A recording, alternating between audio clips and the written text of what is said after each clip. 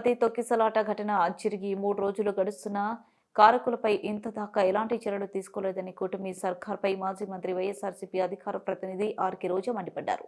ఈ కేసులో మొదటి ముద్దాయిగా చంద్రబాబు పేరునే చేర్చాలని ఆమె డిమాండ్ చేశారు.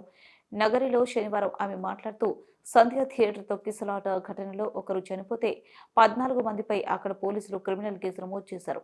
అలాంటిది తిరుపతి తొక్కిసలాట ఘటనలో 6 భక్తులు చనిపోయారు, 60 మంది గాయపడ్డారు. ఘటన జరిగింది 3 రోజులు గడిచింది, అయినా ఇంకా చర్యలు కనిపించడం లేదు. Chandrababu, TTD chairman, EO, AEO, SP కారకులైన అందరిపైన కేసు నమోదు చేయాలి. తిరుపతి తొక్కిసలాట ఘటనలో సీఎం చంద్రబాబును మొదటి ముద్దాయిగా చేర్చాలి. ఒక 3 రోజులు ముందుగానే టోకన్లు ఇచ్చి వాళ్ళకి సేఫ్టీగా పంపించుంటే ఈరోజు ఈ దుర్ఘటన జరిగి ఉండేది కాదు.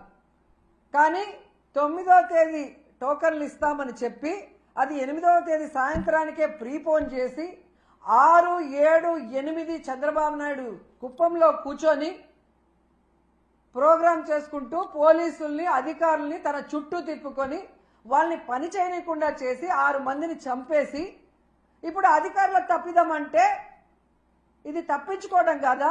ఇది ముమ్మాటికి చంద్రబాబు నాయుడు ఆయన ప్రభుత్వం చేసిన హత్యే. ఆయన ఏం ప్రోగ్రాం చేశారో మీ అందరికీ తెలుసా? ఒకసారి చూడండి. 6, 7, 8వ తేదీ చేసిన ప్రోగ్రాంలు స్వర్ణ కుప్పం అంట, కుప్పం విజన్ 2029 అంట.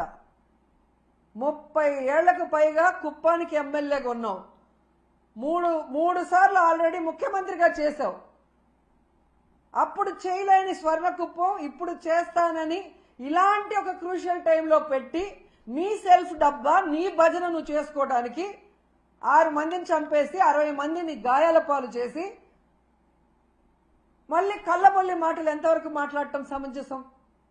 కాబట్టి మొదటి ముద్దాయి చంద్రబాబు నాయుడే, అధికారులు కాదు. అధికారులను పని చేయకుండా నీ చుట్టూ నీ సేవ చేయించుకున్నది నీ తప్పు.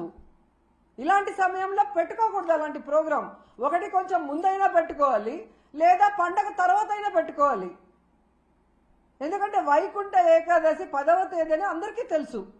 నువ్వు తిరుపతిలోనే పుట్టావు, మీ చైర్మన్, టీటీడీ చైర్మన్ చిత్తూరు జిల్లా వాడే. మరి మీకు తెలీదా? ప్రతి సంవత్సరం ఇన్ని లక్షలాది మంది వస్తారు, వారందరికీ సెక్యూరిటీ ఇవ్వాలి, సక్రమంగా టోకన్లు రిలీజ్ చేయాలన్న ఆలోచన మీకు లేదా? మళ్ళీ సిగ్గు లేకుండా నిస్సిగ్గుగా ఆ గాయపడిన వాళ్ళని పరామర్శించేటప్పుడు ఈ టోకన్ సిస్టమ్ నేను తేలేదమ్మా, గత ప్రభుత్వం తప్పు అంటున్నావు. మరి గత ప్రభుత్వంలో టోకన్లు ఇచ్చినప్పుడు ఎక్కడా తొక్కిసలాటలు జరగలేదు, ఎక్కడా ఎవరు చనిపోలేదు. మరి ఇప్పుడే ఎందుకు జరిగింది? మీ చేతగానితనం కాదా?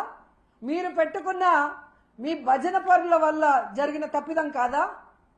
ఒకవేళ అది కరెక్ట్ కాదనుకున్నప్పుడు నువ్వు ముఖ్యమంత్రి అయ్యి 7 నెలలు అవుతుంది, మరి ఎందుకు తీసేయలేదు ఆ టోకన్ సిస్టమ్? పిల్లలకు ఉపయోగపడే అమ్మఒడి తీసేస్తావు, పేదవాళ్ళకి అవసరమయ్యే ఆరోగ్యశ్రీ తీసేస్తావు, ఏజ్డ్ మహిళలకు యూజ్ అయ్యే వైఎస్ఆర్ చేయూత తీసేస్తావు.